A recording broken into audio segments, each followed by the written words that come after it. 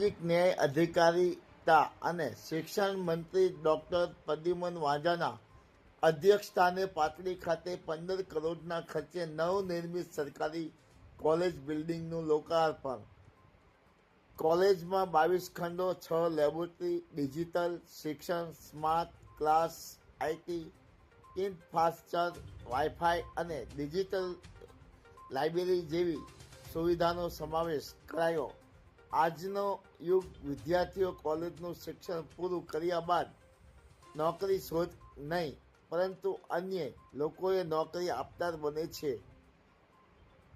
સામાજિક ન્યાય અધિકારી અને શિક્ષણ મંત્રી પ્રદ્યુમન વાજાના અધ્યક્ષસ્થાને પાટડી ખાતે સરકારી વિનય વાણિજ્ય અને વિજ્ઞાન કોલેજના નવનિર્મિત લોકાર્પણનો કાર્યક્રમ યોજાયો હતો.